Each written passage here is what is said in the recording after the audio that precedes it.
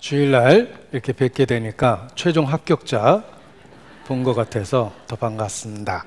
함께 기도하시겠습니다. 살아계시는 거룩하신 아버지 하나님, 아무 소망 없었던 저희를 그리스도 예수 안에서 불러주시고 주의 놀라운 은혜로 우리의 모든 죄를 용서하시며 하나님의 자녀 삼아주신 것 진심으로 감사 찬양을 드립니다. 또 우리를 주의 몸된 교회 안에 지체와 일원으로 두시고 양육하고 보호해 주시는 것도 알고 더욱 주님께 감사를 드립니다. 특별히 말씀을 한 주간 전할 수 있도록 소중한 기회를 주신 것 감사드리고, 그 말씀을 들은 모든 사람들 마음속에 결실할 수 있도록 주의 은혜를 더해 주시기를 주님께 간구합니다.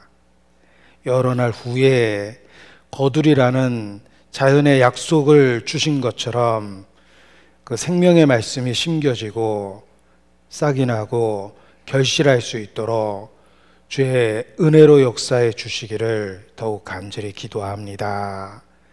또 우리 각 사람을 살펴주시고 이 마지막 때 시대를 분변하고 주의 용사로 살 수 있도록 주님 붙잡아 주시기를 주님께 기도합니다.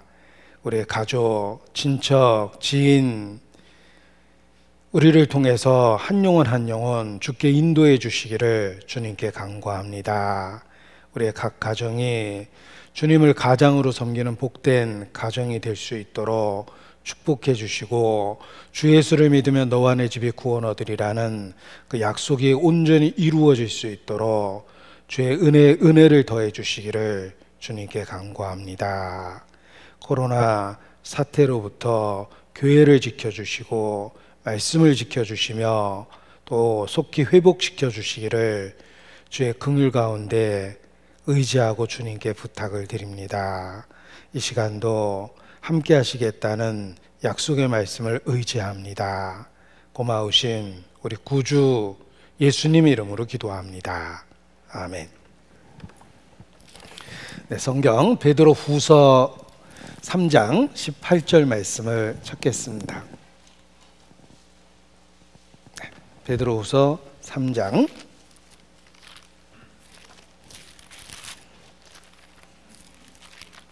베드로 후서 3장 18절.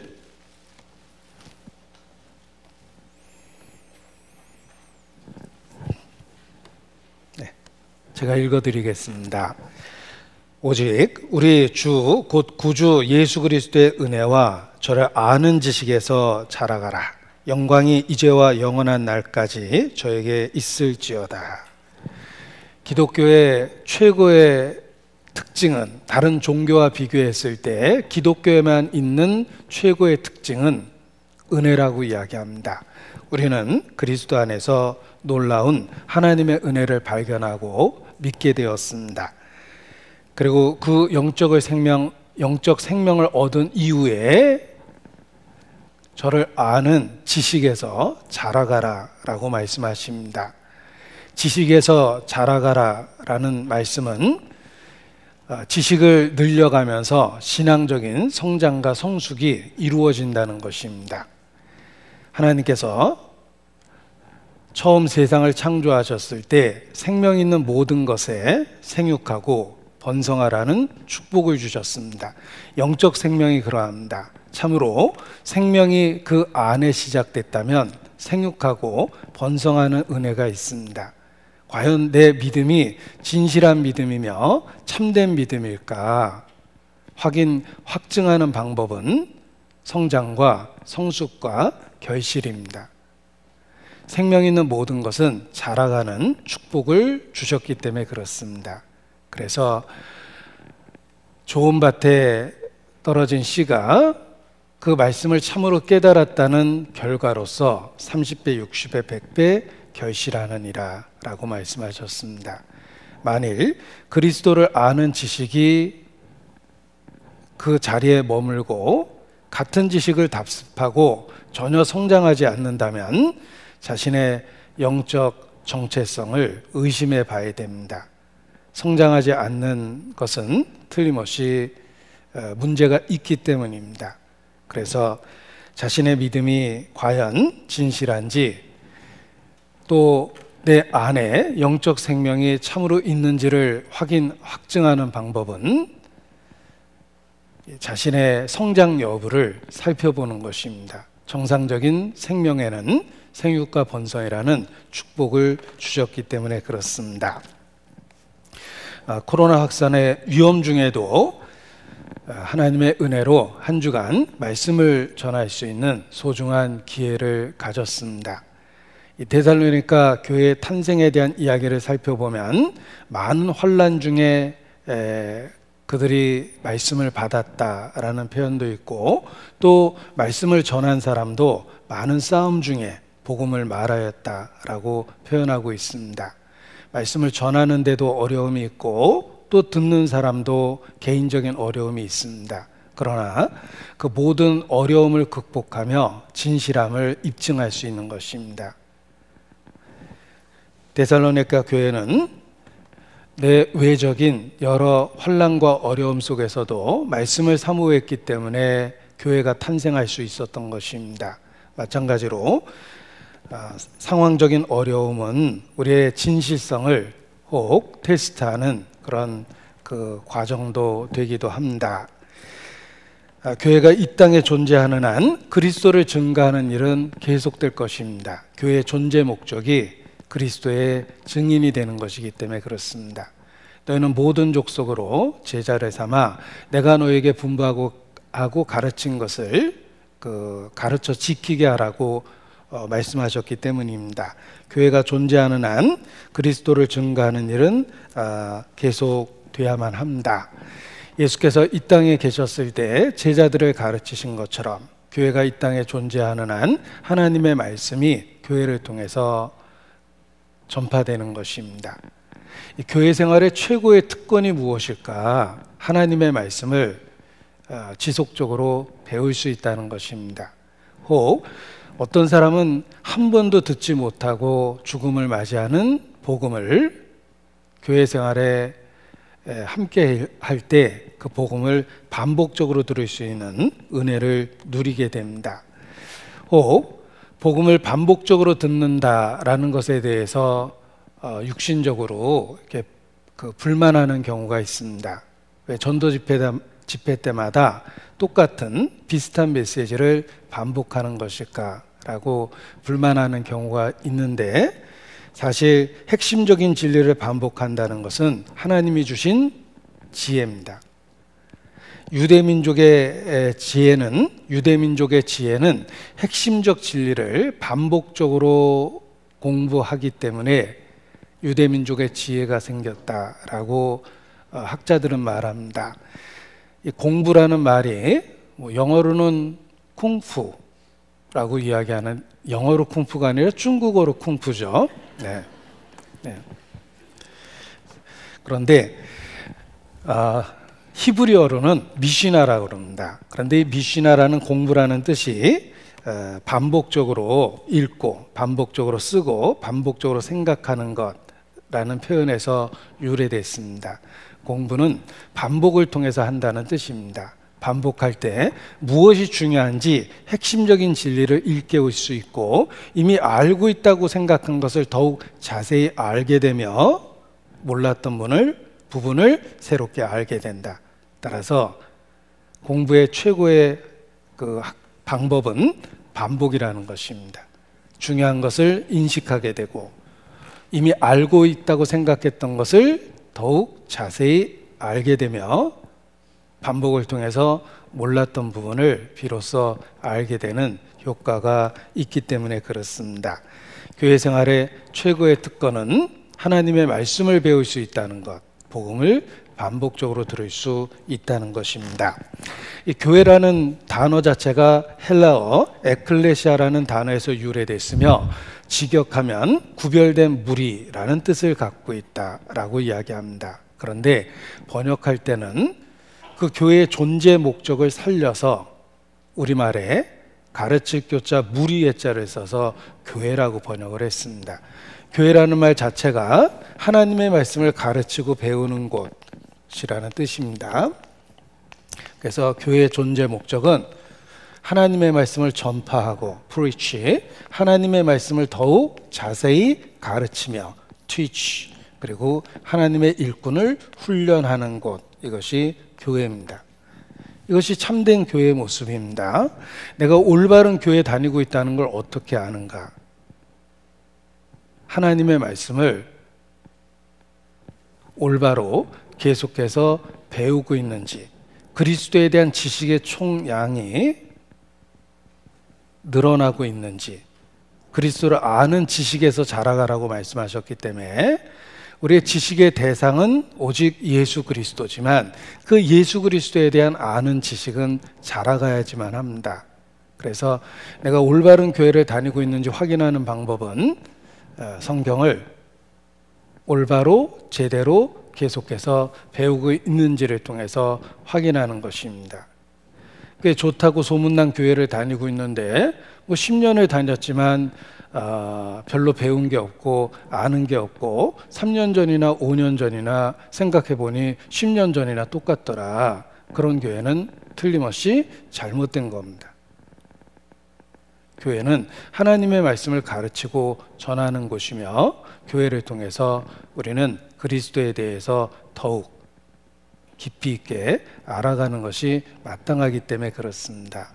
그래서 올바른 교회를 다니고 있는가라는 것을 확인하는 방법은 내가 성경을 배우고 제대로 배우고 있는가를 통해서 확인하는 것입니다. 병원에 비유하며 쉽게 더 마음에 와닿습니다. 병원은 병을 고치려고 가는 것입니다. 건물도 인테리어도 아주 훌륭하고 병원 분위기도 좋고 간호사들은 다 미스코리아 같은 미인으로 뽑아놨고 의사는 탤런트처럼 생겼고 야 정말 분위기 좋다. 그런데 다니면 다닐수록 병이 도지고 있습니다. 그런데 어떤 병원에 가니까 건물도 엉성하고 간호사들은 다 아줌마 같은 사람만 뽑아놨고 의사는 비호감입니다. 그런데 병원을 한 번, 두 번 다니면서 병이 낫고 있습니다. 어느 병원에 다니시겠습니까? 교회가 그렇습니다. 교회를 건물 보고 다니시겠습니까? 어떤 외적인 것을 보고 교회를 다니는 것이 아닙니다. 뭐 교회를 목사 인물 보고 다니는 분은 없을 겁니다. 제가 뭐 분리해서 하는 말은 절대 아닙니다. 교회는 하나님의 말씀을 가르치고 배우는 곳이기 때문에 내가 과연 하나님의 말씀을 제대로 배우고 있는가를 갖고 확인하는 것입니다. 그리스도를 아는 지식에서 자라가라. 지식에서 자라가라는 말은 교회 생활을 통해서 지식의 총량이 늘어나며 그리스도에 대해서 더욱 알게 되고 가까워진다는 뜻입니다. 그래서 그 사랑의 넓이와 길이와 높이, 그 길이의 어떠함을 깨닫게 돼 있습니다. 어머니의 사랑이 그렇습니다. 동일한 대상이지만 내가 어렸을 때 알았던 어머니의 사랑과 10대, 20대, 30대 인생을 살면서 깨닫게 되는 어머니의 사랑은 동일한 대상이지만 내가 알게 된 깊이는 다릅니다. 내가 부모가 돼서 자식을 키우면서 비로소 부모의 마음을 더 깊이 있게 이해하게 됩니다. 예수 그리스도에 대해서도 그러합니다. 동일한 대상이지만 올바로 성경을 배우면 그 사랑의 넓이와 길이와 높이와 깊이의 어떠함을 점점 깨달아서 신앙이 성장하고 성숙하며 30배, 60배, 100배 결실하고 작년과 올해가 다릅니다. 어제와 오늘이 다릅니다. 점점 성장하게 돼 있습니다. 그래서 교회 생활의 특권은 하나님의 말씀을 반복적으로 배우는 것, 이렇게 말씀드릴 수 있습니다. 자, 교회를 통해서 성경을 배우는데, 그런데 이단도 사실 성경을 배웁니다. 성경 공부하자고 쫓아다니는 많은 이단들이 있습니다. 이단도 성경을 배웁니다. 자기들이 가장 성경적이라고 자부하고 그렇게 주장합니다. 과연 내가 성경을 올바로 배우고 있는가? 어떻게 확인합니까? 정답은 성경은 예수 그리스도를 증거하기 때문에 성경을 제대로 올바로 배우면 배울수록 나와 예수님의 관계가 더욱더 가까워집니다. 주께로 더 가까이. 성경은 예수님에 대해서 증거하기 때문에 성경을 제대로 배우면 예수님과 가까워집니다. 성경을 잘못 배우면 특정 교파의 추종자가 되고 특정 교주의 추종자가 됩니다. 교파나 교주에 대한 맹목적 충성이 하나님에 대한 충성은 결코 아닙니다. 이단 교파를 보십시오. 교주를 위해서 목숨도 버리고 재산도 바칩니다. 교파나 교주에 대한 충성이 하나님에 대한 충성이 아닙니다. 성경을 올바로 배우면 성경은 예수님을 증거하기 때문에 예수님과의 관계가 더욱 가까워질 수밖에 없습니다. 요한복음 5장 39절입니다. 성경의 핵심적인 구절 중에 하나입니다. 요한복음 5장 39절. 요한복음 5장 39절입니다.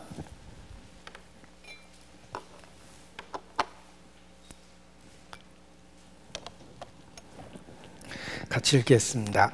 너희가 성경에서 영생을 얻는 줄 생각하고 성경을 상고하거니와 이 성경이 곧 내게 대하여 증가하는 것이로다. 이 성경이 곧 내게 대하여 증가하는 것이로다. 성경 66권 모두 다 예수 그리스도를 증가합니다. 성경의 수천 명의 등장 인물, 사건, 이야기, 상황, 모든 페이지, 모든 장과 절 한마디로 다 예수님에 대한 이야기입니다. 왜냐하면 보십시오. 예를 들면 제가 이순신 장군에 대한 책을 읽고 있습니다. 이 책은 이순신 장군에 대한 책이며 모든 등장인물은 이순신 장군하고 관련이 있습니다. 모든 사건과 상황은 이순신 장군하고 관련이 있습니다. 왜냐하면 이 책이 이순신 장군에 대한 책이기 때문에 그렇습니다. 이와 같이 성경은 예수 그리스도에 대한 책입니다. 따라서 모든 페이지, 모든 사건, 모든 등장인물, 모든 이야기 속에 예수님이 있습니다. 이 성경이 곧 내게 대하여 증가하는 것이라. 그래서 성경 해석의 비법이 있습니다. 제가 그 비법을 공개하겠습니다.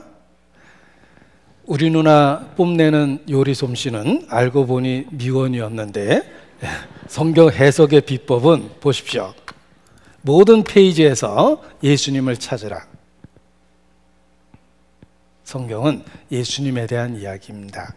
제자들이 더디 믿었을 때 예수께서 성경에 기록된 자기에 관한 것을 자세히 설명하셔서 확실한 믿음을 갖게 하셨습니다. 누가복음 24장 누가복음 24장 25절 누가복음 24장 25절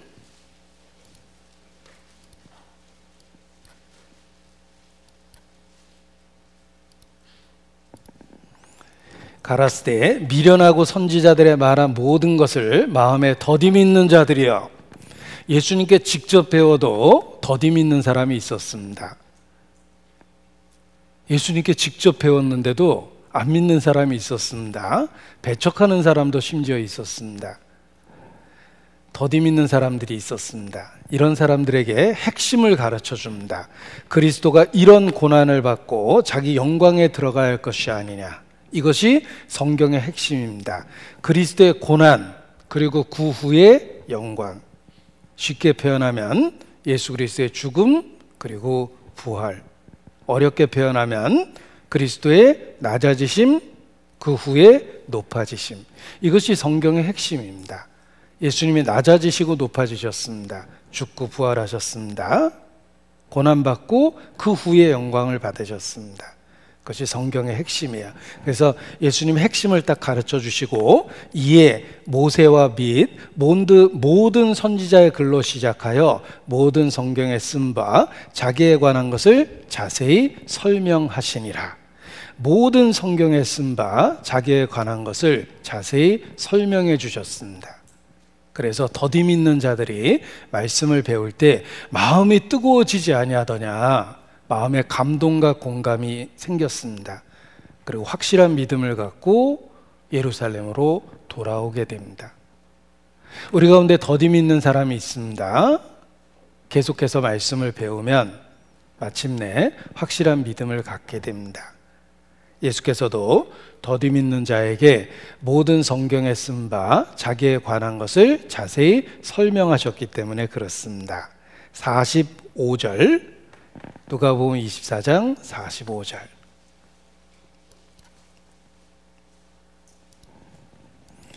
이에 저의 마음을 열어 성경을 깨닫게 하시고, 저의 마음을 열어 성경을 깨닫게 하셨습니다. 하나님이 내 마음을 열어주시면 방언이 터지는 게 아닙니다. 암세포가 사라지는 게 아닙니다. 하나님이 마음을 열어주시면 하나님의 말씀이 깨달아져요. 이해되고 공감되고 감동되고 정말 마음에 받아들여지고 믿어집니다. 하나님의 마음을 열어주신 거예요.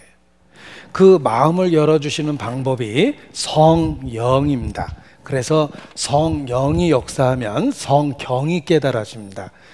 학자들은 이러한 것을 성령의 조명이다 이렇게 표현했습니다. 조명, 어두운 곳을 비춰준다라는 뜻인데 캄캄하면 읽고 싶어도 읽지를 못합니다. 그런데 빛이 비춰지면 읽을 수 있는 것처럼 성령은 하나님의 말씀을 조명, 비춰줘서 깨닫게 한다는 뜻입니다. 한 주간 하나님이 참으로 함께 하셨다는 증거, 내 인생에 함께 하신다는 증거는 하나님 말씀에 대한 이해, 깨달음, 공감과 감동, 그로 인해서 일어나는 삶의 변화, 이것이 주께서 나와 함께 하신다는 증거입니다. 지금도 우리의 마음을 열어 성경을 깨닫게 하십니다. 왜 내게 성령 주셔서 내 마음을 감동해 주 예수 믿게 하는지 난 알 수 없도다. 왜 내게 성령 주셔서 내 마음을 감동해 주 예수 믿게 하는지. 성령의 역사예요. 한 번도 못 본 예수 그리스도를 알고 믿고 사랑하게 됩니다. 너희가 예수를 보지 못하였으나 사랑하는도다. 이제도 보지 못하나 믿고 말할 수 없는 영광스러운 즐거움으로 기뻐하니 믿음의 결국 그 영혼의 구원을 받음이라. 베드로 전서에 그렇게 말씀하셨어요. 성령이 역사하면 한 번도 못 본 예수 그리스도를 알고 믿고 사랑하게 됩니다. 저는 대학교 4학년 때 구원을 받았습니다. 졸업반이었는데 캠퍼스로 이렇게 걸어 다니다 보면 기독교 관계된 이렇게 유인물들이나 그 프랭카드가 많이 붙어 있었습니다. 그런데 가다가 예수라는 말만 써 있어도 너무 반가운 거예요. 그래서 왜 써 있는지 살펴보게 됐습니다. 그러면서 이런저런 모임에 다니다 보니까 당시 저희 학교에 기독교 서클이 10몇 개 있다는 것도 그때 알았어요. 예수라는 말만 있으면 너무 반가워서 찾아갔기 때문에 그렇습니다. 그런데 어떤 모임은 찾아갔는데 이렇게 앉아서 듣다 보니까 원리강론 얘기하고 문 선생님 얘기하고 막 그래가지고 깜짝 놀라서 뒤로 나온 적도 있습니다. 그래서 이 예수가 다 같은 예수가 아니구나 라는 것도 그때 알았는데 예수라는 말만 들어도 너무 막 반가운 거예요. 걸어 다니는데. 제 아내 이름이 여자 이름으로 흔한 정숙입니다. 도서실 가면 많이 써 있어요. 정숙. 그런데 살을 맞대고 사는 아내라 하더라도 내가 이름 봤다고 해서 가슴이 떨리고 그러진 않습니다. 심지어는 정숙이 물 떠먹으려고 해도 자꾸 생각이 나는데 아무튼 아내 이름 들었다고 해서 내가 가슴이 떨리고 그러진 않습니다. 심지어는 부모가 내 인생에 가장 큰 은혜를 줬음에도 불구하고 부모님도 항상 내 마음을 그렇게까지 감동시키지 못했는데 한 번도 못 본 예수님이 내 인생에 영향을 주고 나를 눈물 짓게 하고 감동을 준다는 게 스스로도 너무 신기했습니다. 어떻게 그럴 수 있을까? 너희가 예수를 보지 못하였으나 사랑하는도다. 왜냐하면 성령이 예수 그리스도에 대한 이야기를 사실로 받아들여지게 했기 때문에 그렇습니다. 여러분도 더디 믿는 사람이 있다면 예수께서 하신 방법처럼 성경을 더욱 자세히 배우면 그 과정 속에서 마음의 문을 열어 성경을 깨닫게 하십니다. 그래서 내가 믿는 걸까, 믿어진 걸까, 내가 정말 구원받은 걸까, 구원받았다고 생각하는 걸까라는 혼란에서 벗어나게 돼요. 그리고 마음에 확신이 생깁니다. 이 복음이 말로만 너에게 이른 것이 아니라 능력과 큰 확신, 성령과 능력과 큰 확신으로 됐다라는 말씀처럼 성령에 의해서 확신이 생깁니다. 마음에 한 번도 못 본 예수 그리스도에 대한 믿음이 생기고 사랑의 반응이 생기고 그분을 위해서 심지어 죽어도 좋겠다라는 생각까지 하게 되는 것입니다. 그 큰 확신이 생겨요. 그 확신을 성령이 주시는 겁니다. 평생 시각장애로 살았던 불행한 여자가 있습니다. 그런데 예수님을 만나서 인생의 변화를 겪었고 세상은 보지 못했지만 영적인 진리의 더 아름다운 것을 보고 평생 시를 썼습니다. 그런데 파니 제인 크로스비라는 여자인데 그녀의 시가 우리 찬송가에 가장 많이 인용되어 있습니다. 그런데 그 파니 제인 크로스비의 찬송 중에 하나입니다. 예수로 나의 구주 삼고 성령과 피로써 거듭나니 이 세상에서 내 영혼이 하늘의 영광 누리도다. 이것이 나의 찬송이요 이것이 나의 간증일세. 나 사는 동안 끊임없이 구주를 찬송하리로다 라는 그 찬송이 그녀의 대표적인 작품입니다. 저는 개인적으로 제가 이제 시를 이렇게 한때 좋아했습니다. 한때 시를 좋아했습니다. 대학 처음에 갔더니 친구들이 이렇게 처음 소개하면서 다 노래 한 곡씩 부르더라고요. 뭐 두만강, 소양강, 전혀 우리나라 나라 이름, 저 강 이름은 다 나온다. 뭐 낙동강 뭐 다 나온다. 그런데 한 친구가 이렇게 딱 일어서더니 저는 노래 못합니다. 대신에 시를 하나 외워보겠습니다. 그랬는데 친구들끼리 수군거렸어요. 야, 분위기 다 깬다. 막 그랬는데 그 친구가 시를 외웠는데 얼마나 감동됐는지 모릅니다. 한 잔의 술을 마시고 우리는 버지니아 울프의 생애와 목마를 타고 떠난 숙녀의 옷자락을 이야기한다. 인생은 외롭지도 않고 그저 낡은 잡지의 표지처럼 통속하거늘 우리는 한탄할 그 무엇이 두려워 떠나는 것일까. 그런데 그냥 빨려들었어요. 그리고 갑자기 그 친구는 굉장히 높아 보이고 우리는 막 저질처럼 느껴지는 거예요. 야, 시가 이렇게 멋있구나. 그래서 제가 시를 그때부터 좋아했어요. 그 술자리에서부터 제가 시를 좋아해서 이렇게 시집을 사가지고 보기 시작했는데 그러다가 예수님을 믿게 됐습니다. 그러니까 예수님에 대한 시를 좋아하기 시작했습니다. 그것이 바로 찬송가 가사예요. 찬송가 가사는 시입니다. 시의 특징은 함축성이에요. 짧은 가사에 울림이 커요. 그래서 시를 이렇게 공부하듯이 찬송가를 시집이라고 생각했습니다. 그래서 이렇게 가사 하나하나를 읽어보다 보니까 이게 원래 원어에는 뭐라고 써 있는지 궁금해졌어요.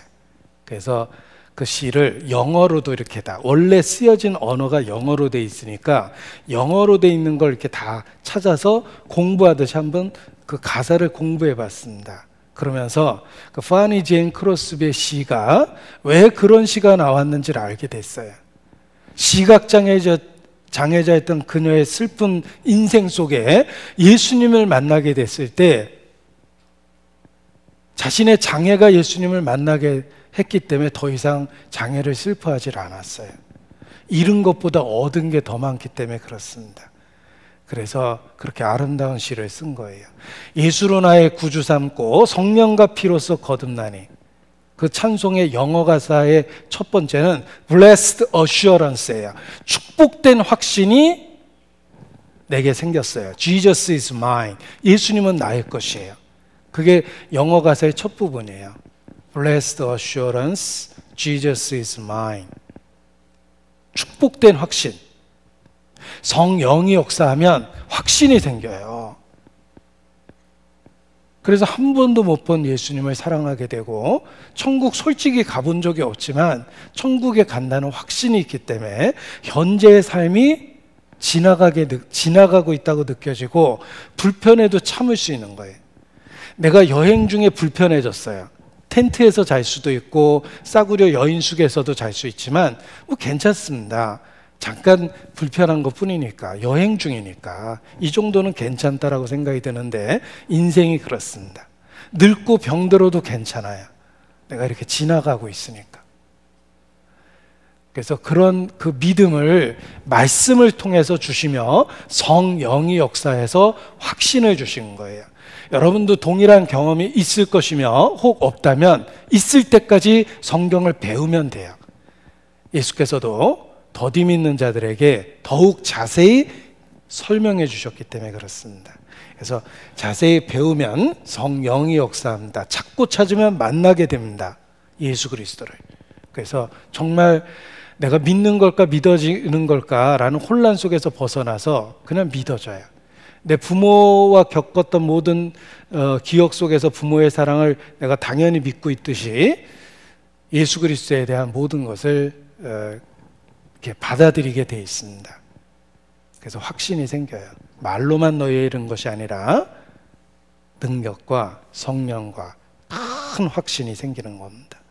그래서 우리가 올바른 교회를 통해서 성경을 배우면,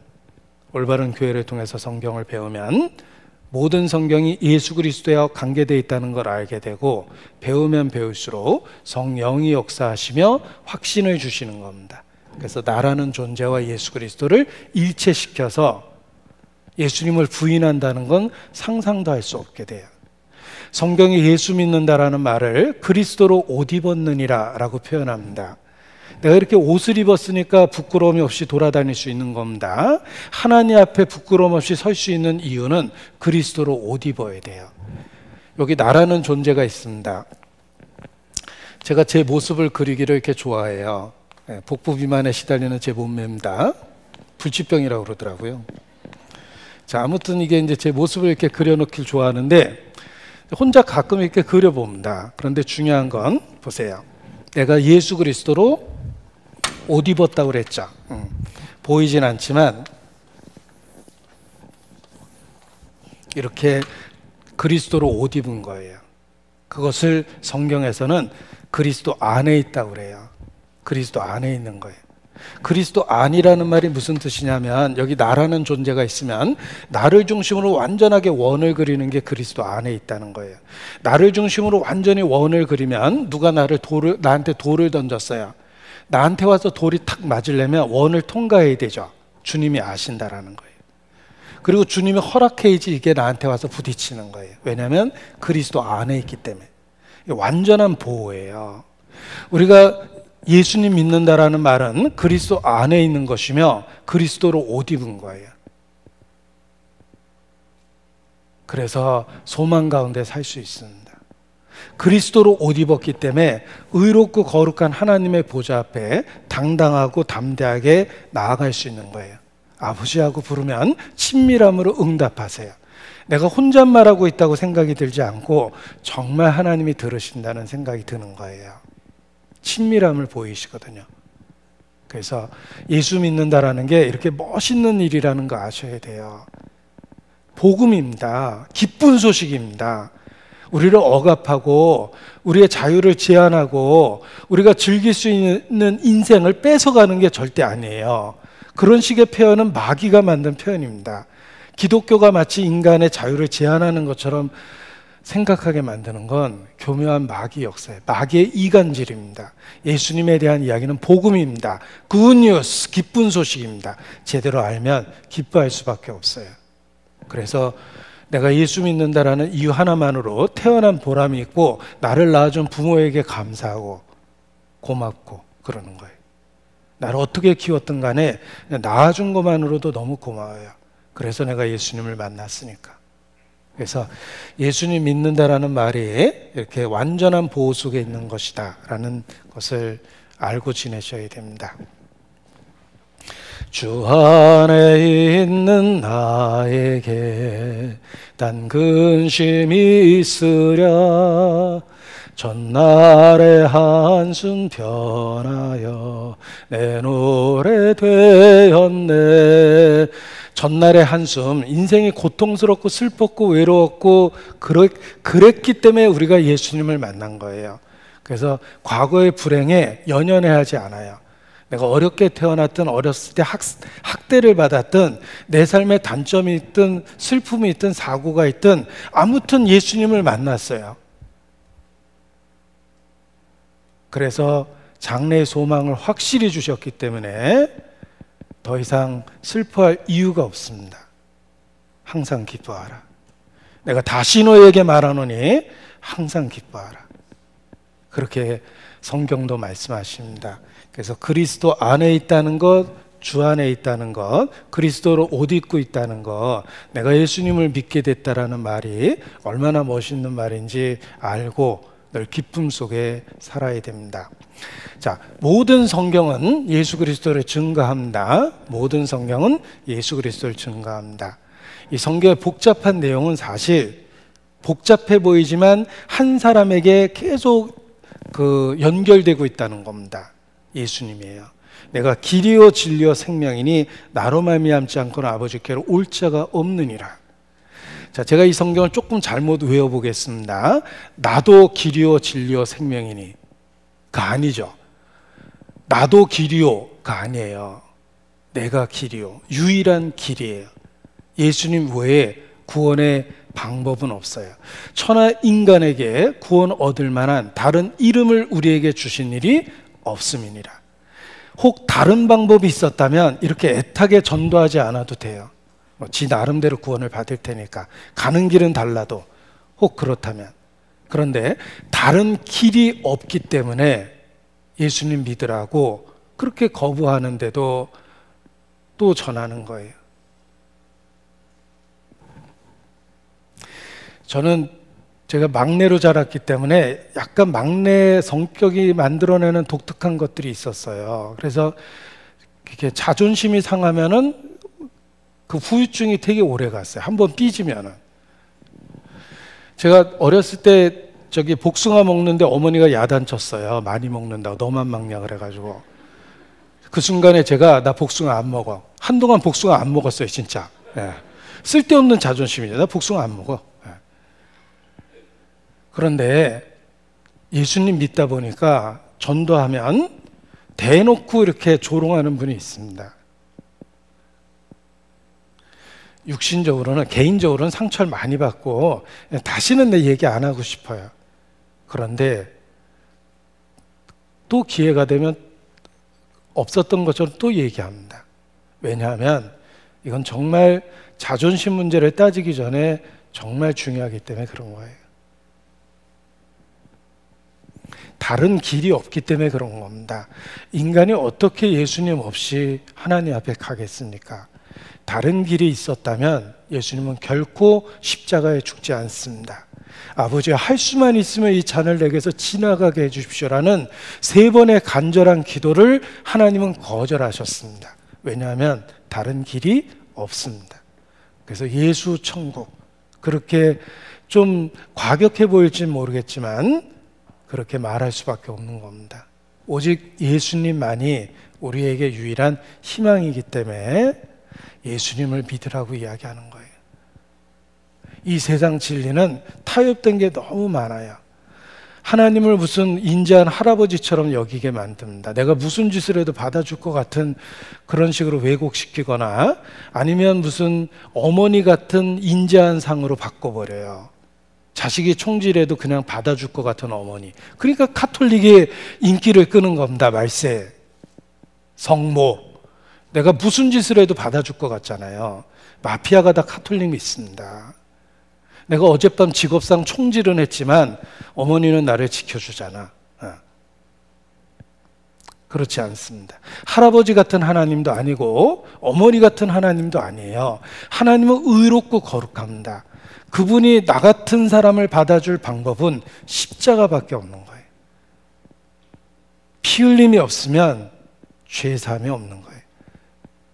그래서 우리를 만나주는 유일한 장소가 성막이기 때문에 성막을 회막이라 부른 거예요. 하나님이 우리를 만나주는 유일한 장소며, 성도는 나와 제사로 언약한 자니라. 성경에서 말하는 성도는 제사로 하나님과 언약한 사람입니다. 그 제사는 십자가예요. 그래서 성경을 통해서 우리가 발견한 진리입니다. 하나님께 나아갈 수 있는 유일한 방법은 피 흘림이 있어야 돼요. 속죄가 있어야 돼요. 예수님은 그 일을 하셨어요. 그래서 그 예수님을 믿고, 나를 위해 죽으신 그 예수님을 믿고 하나님 앞에 다가가는 것입니다. 이것이 성경을 통해서 발견한 예수 그리스도에 대한 진리예요. 이 성경이 내게 대하여 증거하는 것이라. 성경 66권을 요약을 해봤습니다. 한 화면에 그 복잡한 얘기를 요약해봤는데, 제가 이거 해놓고서 얼마나 스스로 대견했는지 모릅니다. 보세요. 구약은 모세 그리고 엘리야가 등장하는데 구약의 대표적인 인물입니다. 이들은 예수님을 증거합니다. 이것이 성경 전체의 메시지예요. 그래서 변화산상에서 모세와 엘리야가 나타났고 예루살렘에서 별세하실 것을 대화를 한 겁니다. 그것이 성경 전체를 한 화면으로 보여준 거예요. 왜 예수님이 별세, 죽어야 하는지를 모세와 엘리야를 통해서 가르쳐 준 거예요. 구약은 모세와 엘리야라는 대표성을 갖고 있고 그들은 예수님을 증거합니다. 이것이 성경 전체를 요약한 것입니다. 그런데 조금 구체적으로 더 설명해 보면, 모세는 율법을 나타내요. 율법을 주신 3대 목적이라고 공부했습니다. 죄를 깨닫게 해요. 두 번째, 우리가 철저하게 무능하다는 걸 알려주고 우리에게 심판과 저주가 있다는 사실을 알려줍니다. 이것이 율법을 주신 세 가지 목적이에요. 율법으로 죄를 깨닫고 엘리야는 회개하라라고 외쳤어요. 하나님께 돌이키는 것, 이것이 회개예요. 버린 자식이여 돌아와, 이것이 회개입니다. 이것이 구약입니다. 죄를 깨닫고 돌아오면 예수, 구원이란 뜻입니다. 예수님을 통해서 구원해 주십니다. 어떻게 예수님이 우리를 구원하시는가? 어떻게 죄를 용서하실 수 있는가? 십자가에 죽으셨어요. 다 이루었다. 영원한 속죄를 이루셨어요. 그래서 내가 길이요 진리요 생명이라 선언하셨습니다. 예수가 답이다. 자, 성경 전체를 요약하면 이렇게 한 화면에 요약할 수 있는 것입니다. 그래서 서양 사람들은 기독교의 핵심적인 진리를 예수가 답이다라는 말로 표현해요. Jesus is the answer. 예수가 답이다. 우리가 믿는 종교를 기독교라고 그러는데 참된 기독교는 예수님 자신이다 라고 핵심을 학자들은 말합니다. Christianity is Christ. 영어로 얘기하면 더 뉘앙스가 강해져요. 기독교는 그냥 예수님 얘기예요. 그래서 우리가 믿는 신앙을 기독교라고 그러는 거예요. 기독, 무슨 뜻입니까? 터 기자의 감독할 독자인데 한자로 써도 해석이 안 돼요. 그 이유는 그리스도라는 외국어를 번역한 거기 때문에, 음역했기 때문에 그래요. 기독교라는 말은 그리스도교 이런 뜻이에요. 우리는 예수님을 그리스도라고 믿습니다. 기독교, 그리스도교, 예수교, 이게 다 같은 말이에요. 예수님을 믿는 거예요. 우리가 믿는 신앙 자체가. 제가 이렇게 길 가다 보니까, 신방 가다 보니까 큰 교회당 벽에 건축할 때 글자를 새겼어요. 아예 벽돌로. 예수님은 하나님이시다 이렇게 써놨어요. 짧게 벽에다가, 큰 벽에다가. 그 목사님은 예수님이 하나님이라는 그 진리에 큰 감동을 받은 거예요. 건축할 때부터 그냥 새겨버린 거예요. 우리는 삼위일체라는 어려운 말을 합니다. 그 뜻은 예수님은 하나님이시다. 육체를 갖고 이 땅에 오신 하나님이세요. 이게 말하기는 쉬운데 우주가 얼마나 광대한지 생각해 보세요. 그분이 자신이 만든 먼지 같은 이 지구에 바이러스 같은 인간의 형태를 갖고 오신 거예요. 보십시오. 구약시대에도 하나님이 육체를 갖고 나타나셨어요. 현현. 사람의 모양으로 나타나셨어요. 가끔. 아브라함한테 직접 나타나셨잖아요. 그런데 신약시대는 사람의 모양으로 나타난 게 아니라 사람으로 태어나셨어요. 이건 엄청난 차이가 있는 거예요. 예를 들면 제가 능력이 있어서 뭐 독수리로도 변하고 개로도 변한다고 해보죠. 능력 있잖아요. 개로 탁 변했어요. 제가 능력이 있어서 독수리로 변하고 개로 변하는 거하고 개로 태어나서 개 부모 밑에서 개 좀 먹고 개 친구들하고 자란 거하고는 달라요. 하나님이 사람으로 나타나는 건 능력이에요. 그런데 사람으로 태어난 건 기적이에요. 사랑이에요. 인간을 사랑하셔서 인간처럼 된 거예요. 그분이 예수님이에요.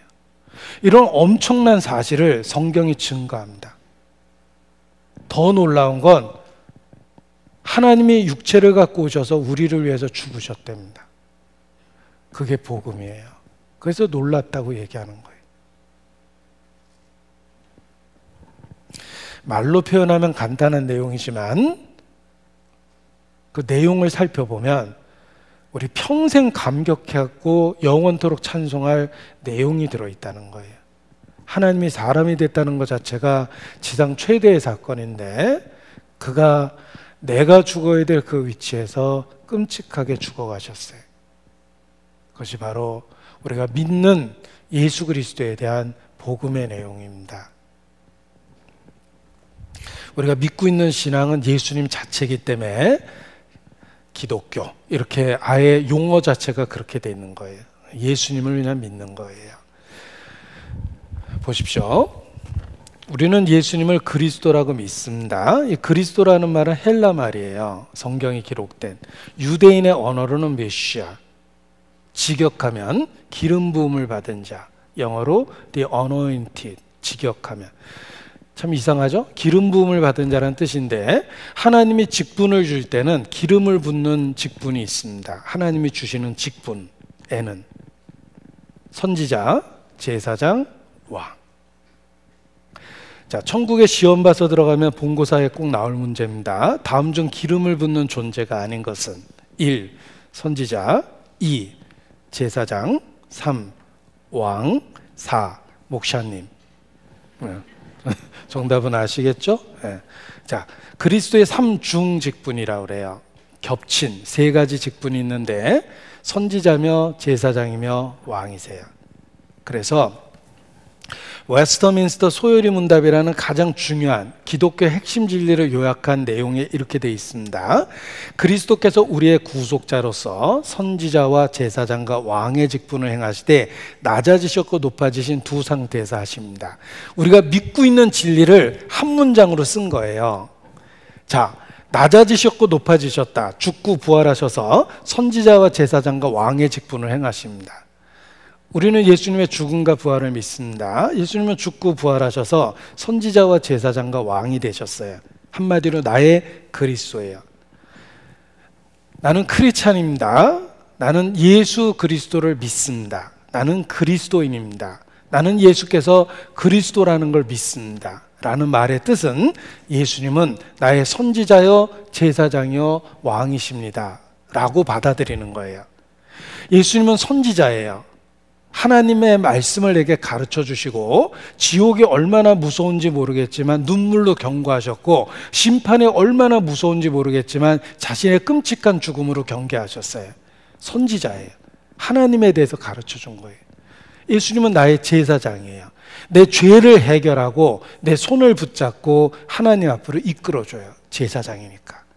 그리고 예수님은 나의 왕이세요. 나에 대한 소유권을 갖고 계시고 나의 안고 일어섬을 아시고 내가 좌해야 될지 우해야 될지 살아야 될지 죽어야 될지 예수님이 결정하세요.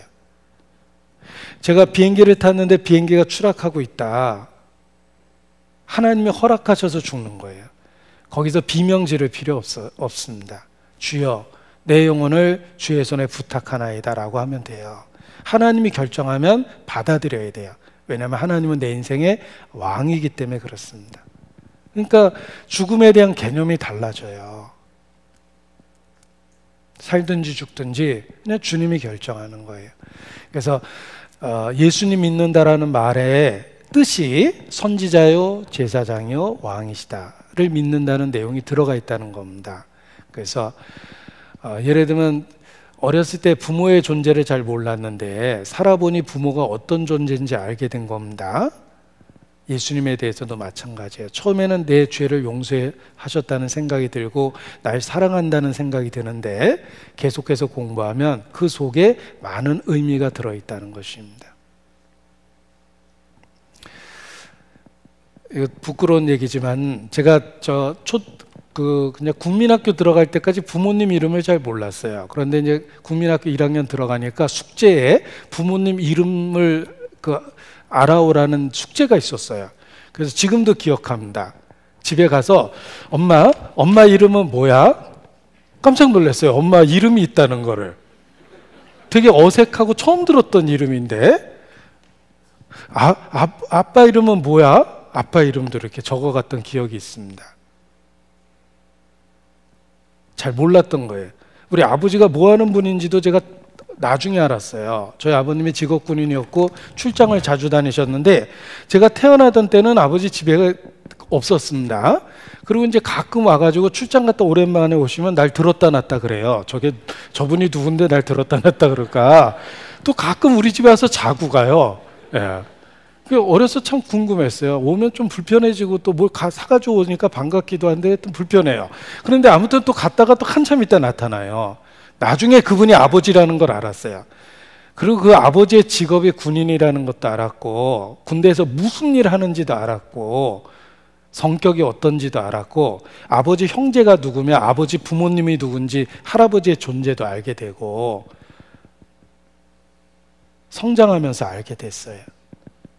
마찬가지로 우리가 예수님 믿는다라는 것도 한 번에 아는 것은 아닙니다. 처음에는 내 죄를 위해서 죽으신 분으로 알아요. 그런데 성경을 통해 배워보면 그분이 누군지를 점점 알게 되고 더 놀라워하고 더 믿음이 확실해질 수밖에 없는 겁니다. 그래서 믿음을 잃어버리는 게 아니라 교회 생활을 통해서 믿음이 점점 더 확실해져요. 그것이 정상적인 신앙 생활 과정 속에 있는 것입니다. 예수님은 그리스도입니다. 그 그리스도라는 의미가 선지자여 제사장여 왕이십니다라는 의미가 들어있다는 겁니다. 그래서 좀 어렵지만 정리를 해보면 이렇게 정리할 수가 있어요. 보세요. 그리스도를 믿는다는 것의 의미를 좀 정리를 해봤는데 과거, 현재, 미래를 나눠서 시점을 갖고 이야기를 해보면 죄를 용서해 주셨어요. 예수님은 이미 죽으셨기 때문에 죄값을 지불했고 죄를 용서해 주셨어요. 현재는 함께 하세요. 정말 함께 하세요. 죄를 용서해 주신 것도 사실이고 보라, 내가 세상 끝날까지 너희와 항상 함께 하리라. 그것도 사실이에요. 그리고 미래는 다시 오셔요. 역사는 주님이 오시는 과정일 뿐이에요. 그래서 서양 사람들은 Jesus is coming, 예수께서 오고 계시다 이렇게 표현합니다. 다시 오십니다. 우리는 과거의 사실, 죄를 용서해 주셨다는 것을 통해서 확신을 가질 수 있어요. 내 죄를 용서해 주실까 안 해 주실까가 아니라 주셨어요. 확신을 가질 수 있어요. 현재 함께 하고 계시기 때문에 우린 고아가 아니에요. 함께 하시기 때문에 위로받고 때마다 일마다 필요한 능력을 받고 살아요. 그래서 신앙이 지켜지는 거예요. 나는 연약하고 세상은 유혹이 많고 그럼에도 불구하고 신앙을 지키고 있어요. 때로 나의 신앙을 가장 가까운 사람도 조롱해요. 그럼에도 불구하고 나는 여전히 예수님을 믿어요. 그 이유는 정말 함께 하시고 붙잡아 주시고 보호해 주시기 때문에 그렇습니다. 그래서 문득문득 정말 주님이 함께 하시고 있다는 걸 깨닫게 돼서 더 감사하게 되는 겁니다. 부모의 은혜가 그렇습니다. 나실 때 괴로움 다 잊으시고 기르실 때 밤낮으로 애쓰는 마음. 부모의 은혜가 그런 것처럼 구원해 주시고 우리를 버린 게 아니에요. 야, 천국에서 만나자고 헤어진 게 아니라 죄를 용서하시고 실제의 삶에 함께 하신다는 거예요. 주님은. 예수 믿는 나에게 주님은 정말 함께 하셔서 신앙을 지키세요. 천국에 갔을 때 우리가 부를 찬송의 내용 중에 하나입니다. 하늘나라 갈 때에 영영 부를 나의 찬송 예수 인도하셨네. 예수 인도하셨네. 그냥 죄를 용서해 주신 거로 끝난 게 아니에요. 현재의 삶에 함께 하세요. 부모에 대한 은혜를 추억해 보면 낳아준 것은 정말 감사한데 솔직히 기억이 잘 안 나요. 정말 감사하는 이유는 그 후에 나 때문에 희생하고 애타했던 것 때문에 감사하는 거예요. 하나님의 은혜는 죄사함으로 끝난 게 아니에요. 여러분, 철로 역정은 꽤 긴 책인데 죄를 용서하는 내용은 앞부분에서 딱 끝나버려요. 나머지 그 많은 이야기는 그 후의 이야기예요.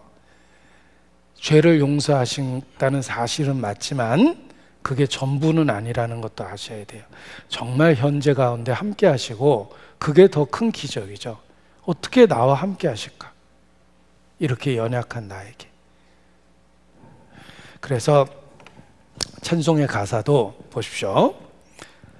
지금까지 지내온 건 주의 크신 은혜라 라고 찬송하는 겁니다. 예. 생각해 보니 살아온 모든 삶에 하나님의 은혜가 있다는 걸 발견한 겁니다. 지금까지 지내온 것.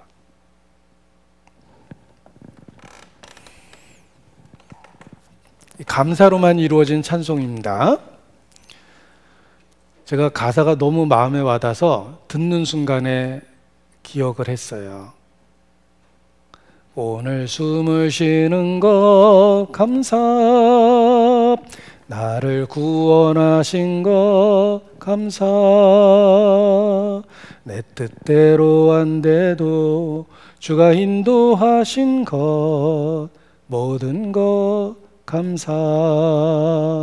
주님 감사해요, 주님 감사해요, 내가 여기까지 온 것도 은혜입니다. 주님 감사해요, 주님 감사해요, 내가 여기까지 온 것도 은혜입니다. 우리가 부모님 은혜가 그렇잖아요. 내가 잘나서 이렇게 자란 게 아니고 희생해서 내가 자란 거예요. 부모가 해준 밥 먹고 부모가 해준 환경 속에서 부모가 준 학비 갖고 공부를 했어요. 영적으로도 그렇습니다. 우리가 지금까지 주의 이름을 변함없이 부르는 이유는 주님이 정말 함께 하신 거예요. 그래서 내가 여기까지 온 것도 은혜입니다. 그게 너무 마음에 와닿았어요. 자, 현재 함께 하시기 때문에 위로도 받고 능력도 받고 신앙을 지키고 사는 겁니다. 그리고 다시 오신다는 약속이 있기 때문에 소망이 있어요. 예. 세상 형적은 지나가고 있기 때문에 뭐 슬퍼도 그렇게 많이 슬프진 않아요. 지나가고 있기 때문에. 기뻐도 그렇게 많이 기쁘진 않아요. 지나가고 있기 때문에. 자, 주님은 제물이 되셔서 우리를 죄를 용서해 주셨고 선지자로서 우리를 가르치셨어요. 많은 말씀을 남겨두셨죠. 그리고 현재 제사장으로 지금도 나를 깨끗게 하시고 하나님 앞에 설 수 있도록 인도하셔요. 그리고 만왕의 왕으로 온 세상을 통치하시기 위해서 곧 오실 겁니다. 그래서 예수 믿는다라는 내용 속에 사실 이런 많은 내용이 들어가 있는 거다라는 걸 알 필요가 있습니다. 그리고 이 모든 복잡한 내용을 한 인격으로 표현할 수 있는데 우리는 그냥 예수님을 믿는 거예요. 주 예수를 믿으라. 이것이 우리가 믿고 있는 내용의 핵심이고 우리가 전하는 메시지의 핵심입니다. 그래서 성경을 통해서 예수님을 이와 같이 알고 믿게 됐다라는 것입니다. 자, 예수님을 믿는다라는 말은 예수님의 인격과 하신 일, 사역을 믿는다 그래요. 예수님이 누구시고 무슨 일을 하셨는지를 믿는데, 예수님은 하나님이 사람이 되신 분이며 무슨 일을 하셨냐면 속죄를 이루셨어요. 완성하셨어요. 영원한 속죄를 이루셨습니다. 그래서 구속자라는 말을 쓰는 거예요. 자, 이게 웨스터민스터 소요리 문답이라고 일컬어지는 핵심적인 내용을 다시 소개해드리면, 그리스도께서 우리의 구속자로서 선지자와 제사장과 왕의 직분을 행하시되 낮아지셨고 높아지신 두 상태에서 하십니다. 죽고 부활하셔서 선지자와 제사장과 왕의 직분을 행하시는 그리스도가 됐는데 구속자라고 썼죠. 이 구속자라는 말을 이해해야만 성경을 이해할 수 있습니다. 굉장히 어려운 말을 쓰신 겁니다. 자, 천국에 시험 봐서 들어가면 꼭 나올 문제라고 생각합니다. 구원과 구속의 차이점을 쓰시오. 저는 문과생입니다. 제가 전형적인 문과생인데 학교 다닐 때 시험 보면 백지를 나눠줬어요. 대학교에서. 뭐 시험 문제가 인쇄가 안 돼 있는 거예요. 백지를 나눠주고 교수님이 문제를 칠판에 씁니다. 뭐뭐에 대해서 논하시오. 어떨 때는 전혀 모르는 걸 문제를 낼 때가 있어요. 그러면 어떻게 했냐면 그냥 정성껏 잘못했다고 시험지를 가득 썼어요. 제가 왜 공부를 제대로 못했는지를. 교수님 잘못했다는 반성문을 잔뜩 쓰면은 F는 안 줬어요. 예. 최선을 다했잖아요. 그런데 이제 문과생 공부할 때 뭐뭐에 대해서 논하시오라는 그런 짧은 시험 문제를 내는 게 되게 인상적이었는데, 구원과 구속의 차이점을 논하시오, 뭐 이렇게 시험에 나오지 않을까라는 생각을 해봤습니다. 왜냐하면 이 두 단어를 명확하게 구별해서 이해해야지만 예수님이 무슨 일을 하셨는지를 더 잘 이해할 수 있기 때문에 그렇습니다. 우리가 구원이라는 말은 예수님 이름에 들어있어요. 예수라는 말이 예수와 구원이란 뜻이에요. 위기로부터 성공적으로 안전하게 벗어나다, 이런 뜻이에요. 구원이란 단어가. 그런데 구속이라는 말도 쓰이는데 도대체 이게 무슨 뜻일까? 차이점은 무엇일까를 알면 예수님이 무슨 일을 하셨는지를 더 쉽게 이해할 수 있습니다. 그래서 구원과 구속의 차이점을 생각을 해보겠습니다. 구원, 구속.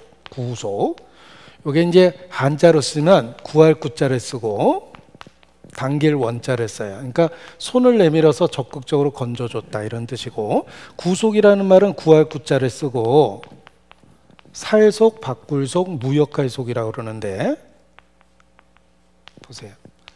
제가 한자를 그리는 세대래 가지고 쓰는 세대라기보단 아무튼 이렇게 간신히 써봤습니다. 자, 구원과 구속의 차이점을 한번 생각해 볼 텐데, 구원은 위기로부터 적극적으로 건져줬다는 뜻이에요. 손을 내밀어 당겨가지고 위기로부터 건져줬다는 뜻입니다. 제가 여기 불이 났는데 타 죽게 생겼는데 창문이 깨지고 벽이 터지면서 소방관이 들어왔어요. 그리고 저를 데리고 나가서 옆에 안전한 곳에 옮겨놨어요. 그게 구원이에요. 위기로부터 성공적으로 안전하게 벗어난 상태죠. 예수님은 우리를 구원하셨어요. 위기로부터 성공적으로 안전한 곳에 옮겨 놓으셨는데 그것이 그리스도 안이에요. 주님 안으로 옮겨 놓으신 거예요. 우리는 구원받았어요. 그런데 이 구원받았다는 말이 참 어려운 말이기 때문에 성경에 아주 쉽게 바꿔 놓으셨어요. 죄 사함으로 말미암은 구원을 알게 하리라. 구원받았다는 말을 가장 쉽게 표현하면 죄를 용서받았다는 뜻입니다. 그래서 누가복음 1장 77절에 주의 백성에게 죄 사함으로 말미암은 구원을 알게 하리니, 성령을 주셔서 은혜로 주신 것을 알게 하려 하심이라.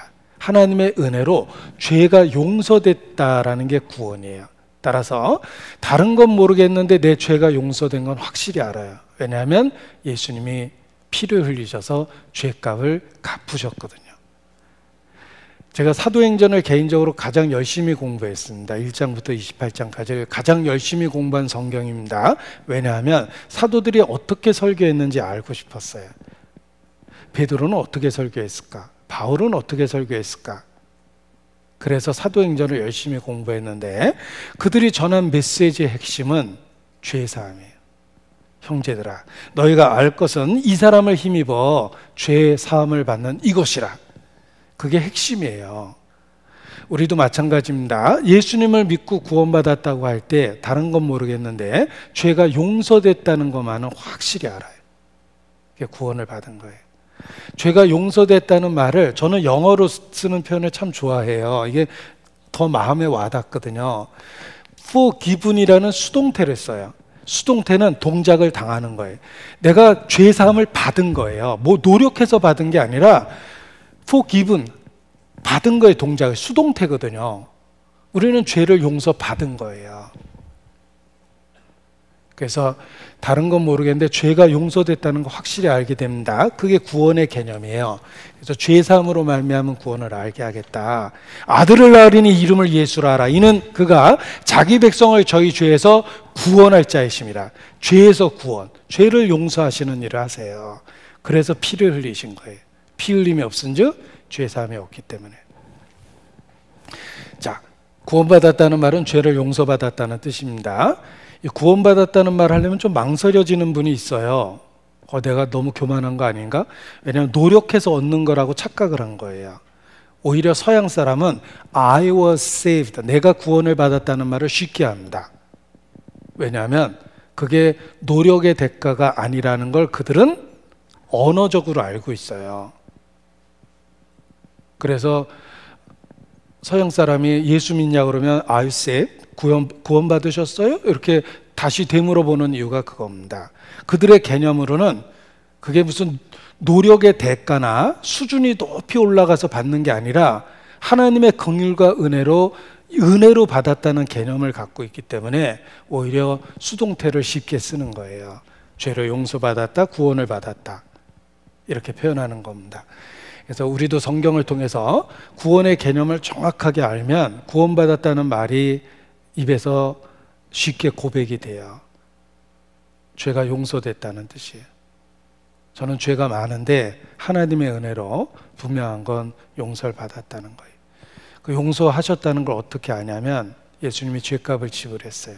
그리고 내가 믿는 예수님은 부활하셨어요. 날 의롭다 선언하시며 부활하셨어요. 마음으로 믿고 입으로 시인해요. 예수 그리스도께서 죽은 자 가운데 살아났음을 나는 믿어요. 죄가 용서됐다는 확신 속에 사는 거예요. 죄가 없는 게 아니라 죄가 용서받은 거예요. 용서받은 사람이에요. 모든 사람은 다 죄가 있어요. 용서받았냐, 용서 못 받았냐의 차이예요. 그런데 이 구속이라는 말은 이 영어로 redemption이라고 합니다. 근데 이 단어 자체가 거의 안 쓰는 단어예요. 이 단어를 언제 쓸까? 대가를 지불하고 구했다라는 뜻인데 이 단어를 쓰는 경우가 있습니다. 노예로 팔려가는 사람을 풀어줄 때 돈을 갚아주고 풀어줘야 돼요. 그때 redemption 한다고 그래요. 그런데 지금은 노예 제도가 없는데 이 말을 언제 쓸까? 이런 경우에 씁니다. 자, 어떤 사람이 필리핀에 관광을 갔는데 행방불명이 됐어요. 관광 가서 행방불명이 됐어요. 소식이 끊겼습니다. 근데 몇 개월 만에 고향에 편지가 도착했는데 빨가벗겨서 꽁꽁 묶여서 이렇게 그 눈을 가려놓은 이렇게 비참한 모습의 사진이 하나 들어있었어요. 납치된 거예요. 그리고 편지가 하나 들어있었는데 10억을 보내지 않으면 손과 발을 교대로 잘라서 보내겠다, 이렇게 써 있었어요. 가족들과 친척들이 회의를 했습니다. 어떻게 멀쩡한 사람을 죽게 하냐. 그래서 온 가족이 돈을 모아서 10억을 만들었는데 돈이 모자랐어요. 그 소식을 듣고 동네 사람들도 아이까지도 다 저금통을 털어서 보탰답니다. 그분이 동네에서 평판이 좋았나 봐요. 그렇게 좋은 아저씨가 어떻게 그런 일을 당했냐 그래서 동네 아이들까지 저금통을 털었습니다. 10억을 만들어서 보냈어요. 너무 다행인 건 며칠 뒤 고속도로상에서 꽁꽁 묶인 채로 산채로 발견이 됐어요. 다행이죠. 살아있었어요. 고속도로에 그냥 던져놓고 가버린 겁니다. 한국에 돌아오셨어요. 자, 이분은 구원받았어요. 한국에 도착했어요. 안전한 곳에 지금 와 있죠. 그런데 고향에 간 그날 자기가 구속받았다는 사실을 깨달았어요. 자기가 저절로 풀려난 게 아니라 대가가 지불돼서 사서 구해준 거예요. 10억을 지불했거든요. 그때 요 속자를 써요. 바꿀속, 무역할 속자입니다. 살속. 그러니까 대가가 지불돼서 구했다, 이런 뜻이에요. 예수님은 우리의 구속자예요. 왜 이렇게 어려운 말을 쓰셨을까? 이유가 있습니다. 너희가 구원받은 건 결코 저절로 된 것이 아니란다. 내가 엄청난 대가로 너희를 값을 주고 산 거란다 라는 걸 가르쳐 주려고 그런 거예요. 내가 값없이 구원받았다 그래서 그게 싸구려가 아니라는 거예요. 상상할 수도 없는 대가를 지불해서 너희를 구원했다, 이런 뜻입니다. 그래서 이런 어려운 말을 쓴 이유는 십자가의 개념 자체가 구속이라는 개념을 갖고 있기 때문에 이 말을 쓰신 거예요. 우리를 구속하셨어요. 대가를 지불하고 구속하셨어요. 사도행전 20장입니다. 28절. 사도행전 20장 28절. 사도행전 20장 28절.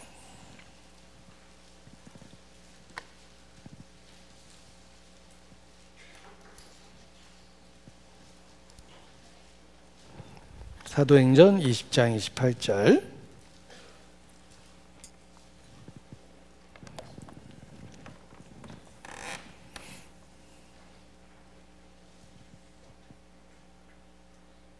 너희는 자기를 위하여 또는 온 양떼를 위하여 삼가하라. 성령이 저들 가운데 너희로 감독자를 삼고 하나님이 자기 피로 사신 교회를 치게 하셨느니라. 교회를 하나님께서 값을 주고 사셨는데 얼마 주고 사셨냐면 하나님의 피로 교회를 사셨어요. 구속하셨는데 얼마를 주고 대가를 지불하고 사셨냐면 하나님 자기 피로 교회를 사셨어요. 하나님이 교회를 자기 피로 샀다라고 말씀하십니다. 교회의 가치가 그러합니다. 하나님의 피로 산 거예요. 자, 어떤 물건은 얼마 주고 샀느냐에 따라서 가치가 드러납니다. 제가 사용하고 있는 이 전자제품은 100만 원짜리예요. 100만 원짜리입니다. 이 컴퓨터는 300만 원 주고 샀어요. 300만 원짜리입니다. 이 시계는 10만 원 주고 샀습니다. 10만 원짜리. 내가 지불한 대가가 가치를 보여주는 겁니다. 하나님이 인간을 구원할 때 양을 죽여서 구원했다면 인간이 양값이에요. 내가 구원은 받겠지만 내가 귀하다는 생각은 안 할 거예요. 하나님이 나를 구원하실 때 개를 죽여서 구원했다면 사람이 차마 못할 말도 있습니다. 예. 그런데 하나님의 피로 인간을 구원했기 때문에 인간의 가치가 얼마나 귀한지를 깨닫게 된 거예요. 나는 여호와 보시기에 존귀한 자라. 정말 존귀합니까? 어떻게 알죠? 자기 피로 구원했기 때문에 그래요. 나는 나를 그렇게 귀하다고 생각을 안 했어요. 그런데 하나님이 귀하다고 말씀하세요. 왜냐하면 지불한 대가가 하나님의 피기 때문에 그렇습니다. 그래서 구속이라는 말을 사용하신 것은 너희는 가치 있고 의미 있는 존재란다 라는 걸 확실히 가르쳐 준 겁니다. 왜냐하면 우리를 구원하기 위해서 지불한 대가가 하나님 자신의 피기 때문에 그렇습니다. 그래서 인간의 가치를 확실하게 보여준 거예요. 감사해요 깨닫지 못했었는데 내가 얼마나 소중한 존재라는 것, 태초부터 지금까지 하나님의 사랑이 항상 날 향하고 있었다는 것, 고마워요. 그 사랑을 가르쳐준 당신께 감사해요. 깨닫지 못했었는데 내가 얼마나 소중한 존재라는 것 나도 몰랐어요. 분명한 건 하나님께서 자기 피로 구원하셨다는 거예요. 그래서 이사야서 43장 이렇게 말씀하십니다. 이사야서 43장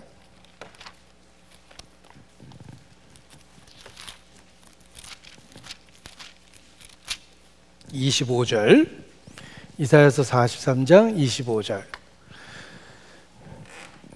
곧 나는 나를 위하여 내 허물을 도말하는 자니 내 죄를 기억지 아니하리라. 우리 죄를 기억지 안 하겠다고 언약하신 게 신약입니다. 그런데 하나님 자신을 위해서 우리 죄를 기억하지 않겠다라고 말씀하십니다. 그 이유는 우리가 하나님께 소중한 존재란다, 이런 뜻입니다.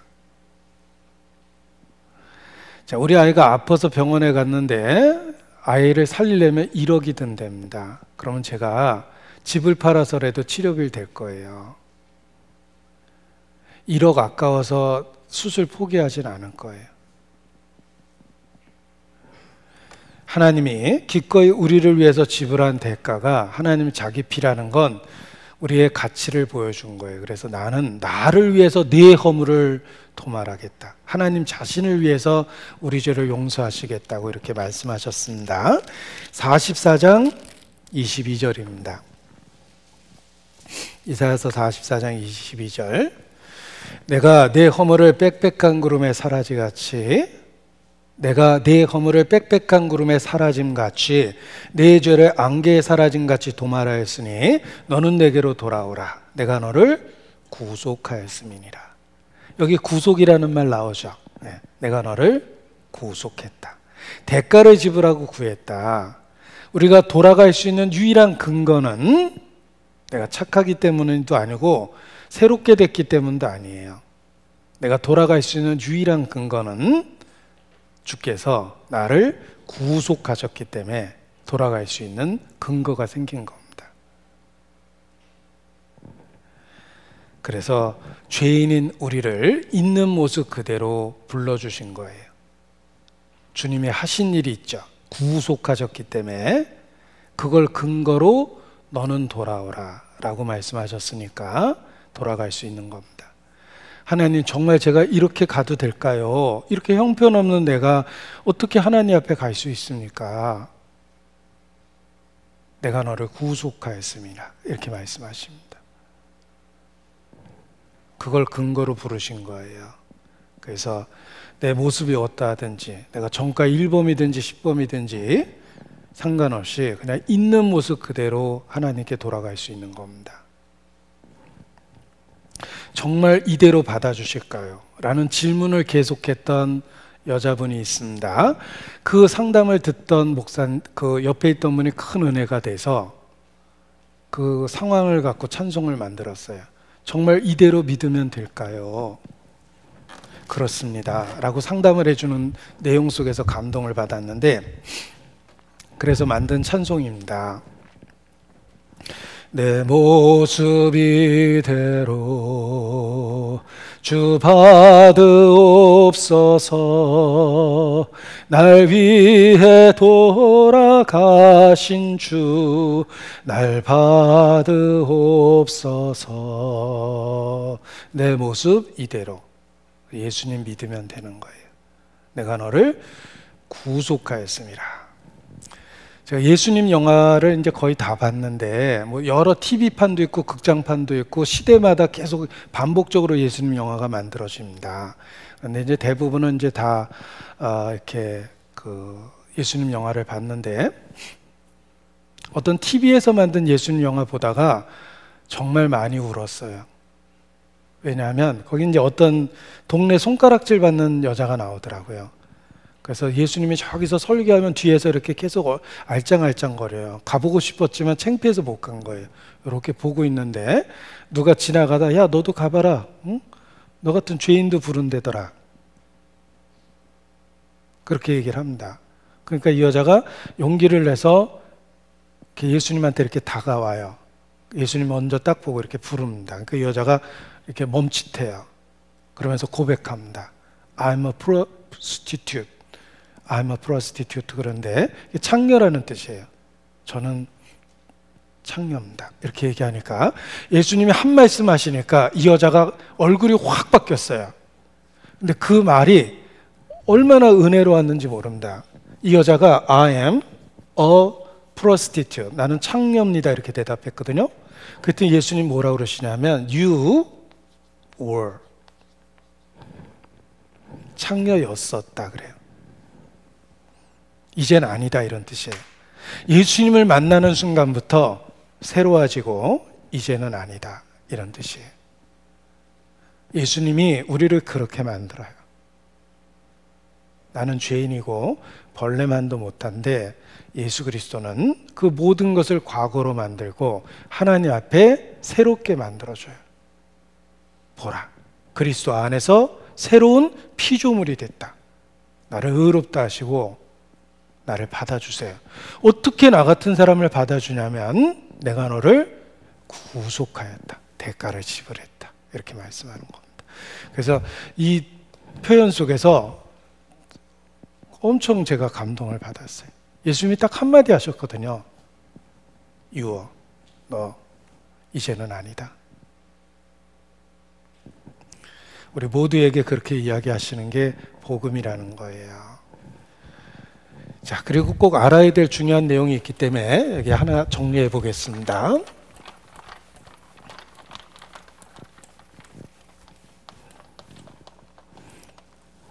자, 하나님은 창조주입니다. 우리는 피조물이죠. 하나님은 재판자예요. 입법자와 재판자거든요. 하나님은 율법을 갖고 계세요. 의롭고 거룩하십니다. 율법을 어기면 정죄돼요. 내가 이 동네에서 태어난 거예요. 태어나 보니까 나는 피조물이었습니다. 그리고 하나님은 율법을 갖고 있고 우리는 율법 아래에 있고 율법을 어기면 심판을 받게 되고 정죄되는 거예요. 내가 이쪽 동네 사람이었는데 예수님이 오셔서 무슨 일을 하셨냐면 예수께서 십자가에 죽으십니다. 십자가에 죽으시면서 무슨 일을 하셨는지 보십시오. 창조주를 아버지가 되게 하셨어요. 우리는 그리스도 안에서 하나님을 아버지라 부를 수 있게 됐습니다. 하나님은 더 이상 재판자가 아니고 율법을 갖고 다스리는 게 아니라 아버지이기 때문에 은혜와 진리를 갖고 다스려요. 예수 그리스도 안에는 은진이 혜진이가 있어요. 은혜와 진리가 있어요. 예. 모세로 말미암아 율법을 주셨고 예수 그리스도로 말미암아 은혜와 진리를 주셨어요. 혹시 내가 죄를 지면 징계하시고 책망하세요. 아버지니까. 그러나 정죄는 안 하세요. 자, 우리 집 아들이 가정입니다. 우리 아들은 그런 짓 안 합니다. 제 아들이 제 지갑에서 자꾸 5만 원짜리를 가져갑니다. 그럼 제가 야단치고 때려줄 거예요. 너 왜 아빠 몰래 돈 가져갔어? 혼내줄 겁니다.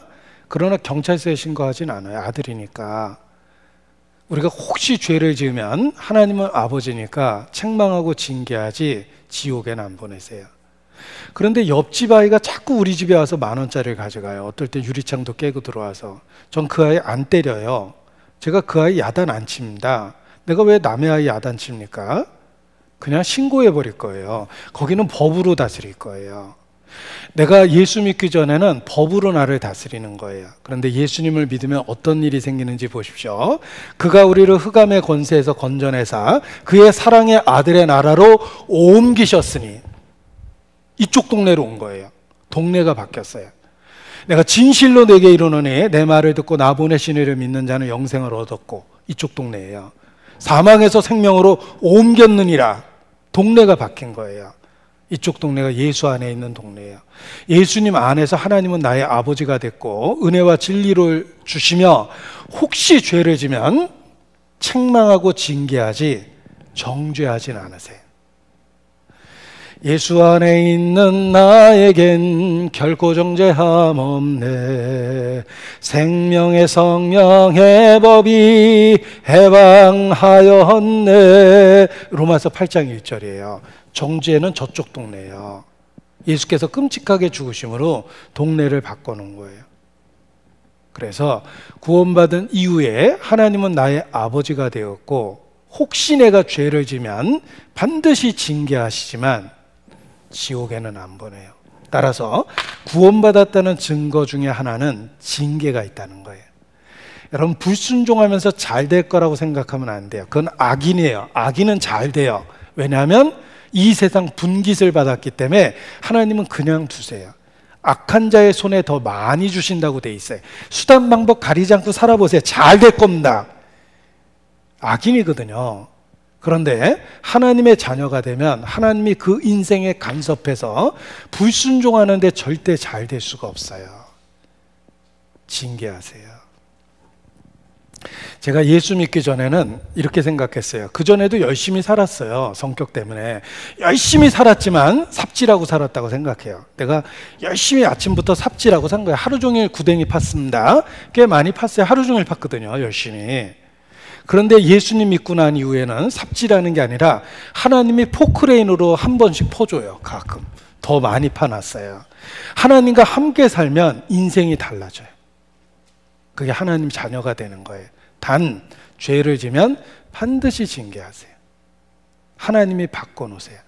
엄한 부모 밑에 있는 아이는 계속적인 그 간섭을 받지만 올바로 자랍니다. 우리 부모님이 만들어준 좋은 습관이 있는데, 예를 들면 제가 문을 이렇게 꽝 닫는 법이 없어요. 어렸을 때부터 꽝 닫으면 어머니가 쫓아왔습니다. 너 문 똑바로 닫고 너 다시 해봐.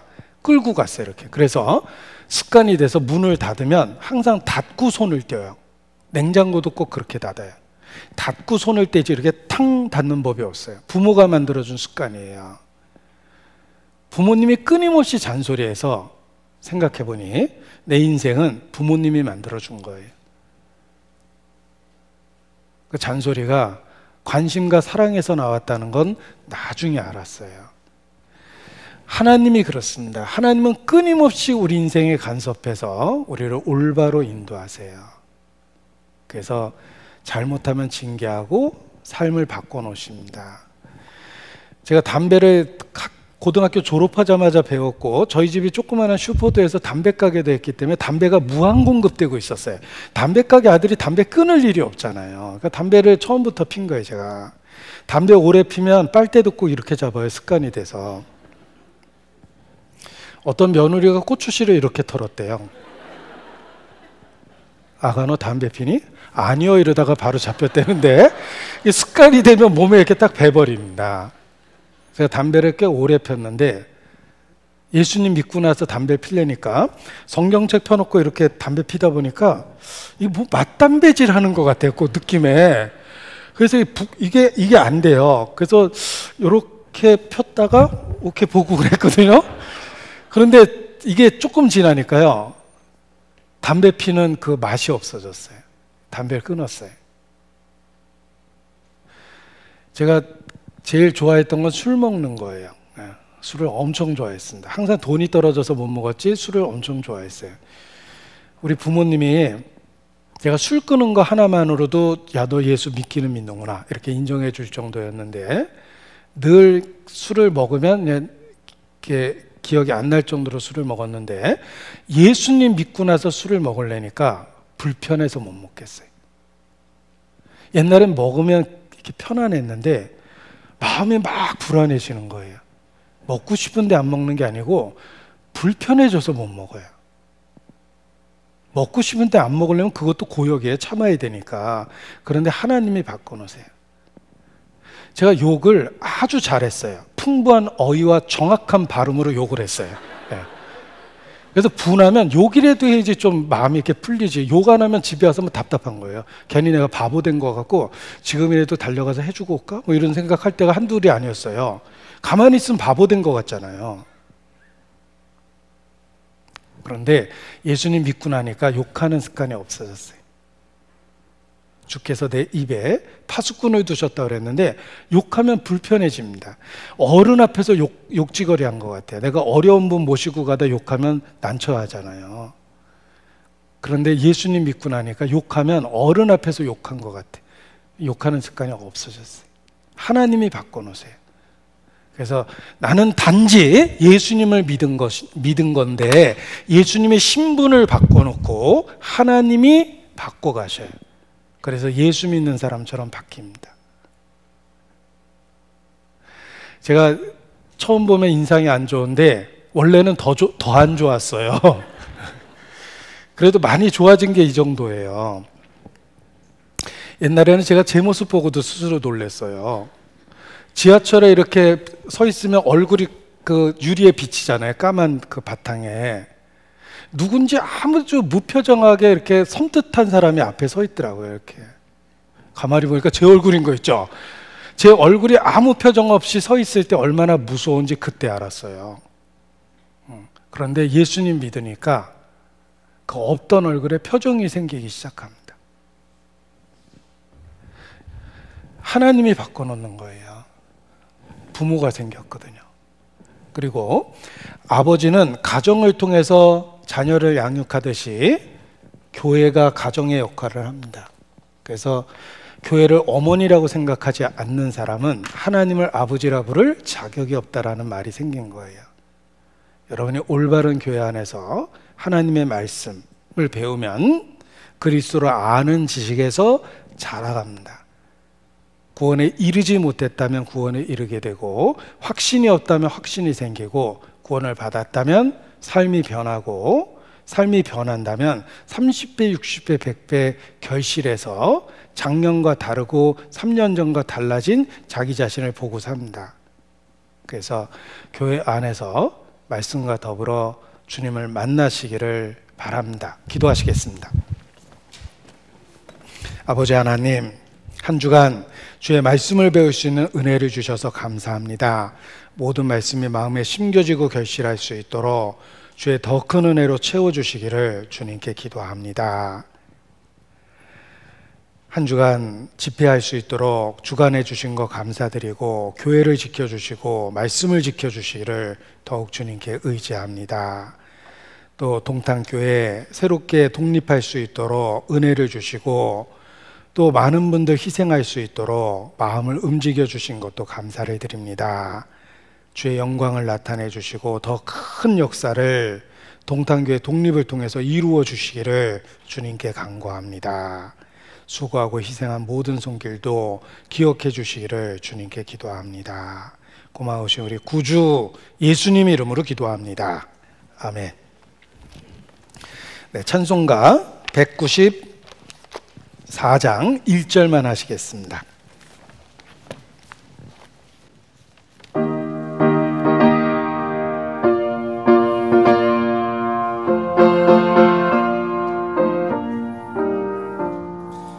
우리를 죄에서 구하시려 주 예수 십자가 지셨으니 기쁨